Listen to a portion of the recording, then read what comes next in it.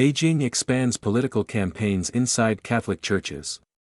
The Chinese Communist Party is intensifying efforts to bring the country's state-sanctioned Catholic Church further under its control, according to believers who say churches are increasingly required to conduct political study sessions, enforce ideological campaigns, and accept tighter regime oversight.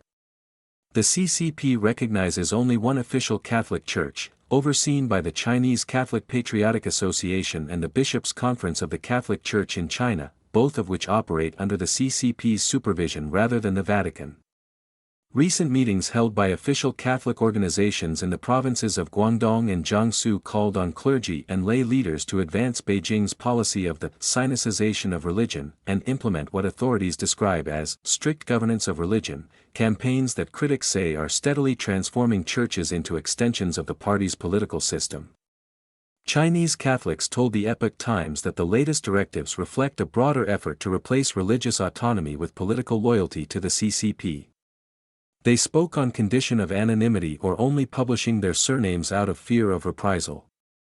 Church organizations ordered to expand political campaigns. According to a July 8 announcement published by the Guangdong Catholic Church, the provincial Catholic Church authorities recently convened a meeting in Guangzhou directing Catholic organizations, parishes, clergy, and key lay members to participate in political study and governance initiatives. The meeting emphasized strengthening political guidance, tightening internal management, and establishing long-term governance mechanisms to implement the CCP's policy of religious sinicization and promote strict governance of religion. A similar meeting took place in neighboring Jiangsu province.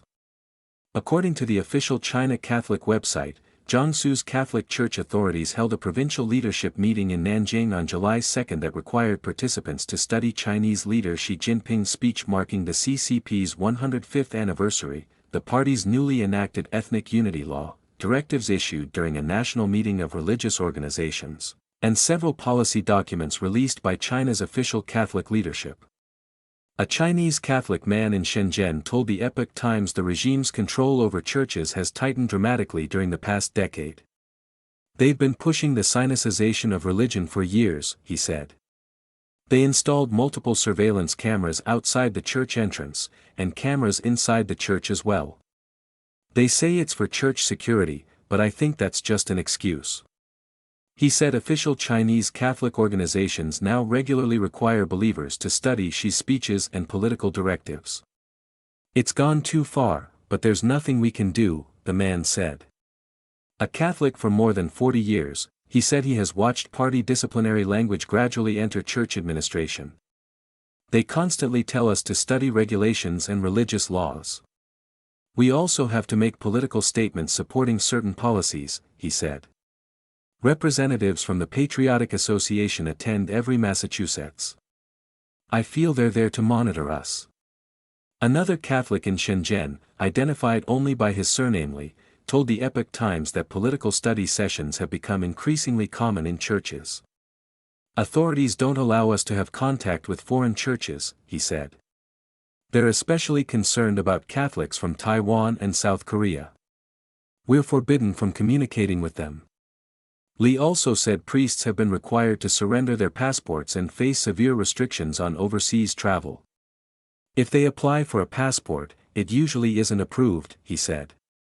Li recalled that after a South Korean Catholic recently telephoned a member of his congregation, police soon arrived asking detailed questions about the caller's identity, phone number, and the nature of the conversation.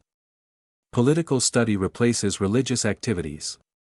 A Catholic woman in Suzhou, Jiangsu province, told the Epoch Times her parish recently began studying legal and political documents tied to religion. They told us we had to implement Xi Jinping's speeches because it's a major political task, she said.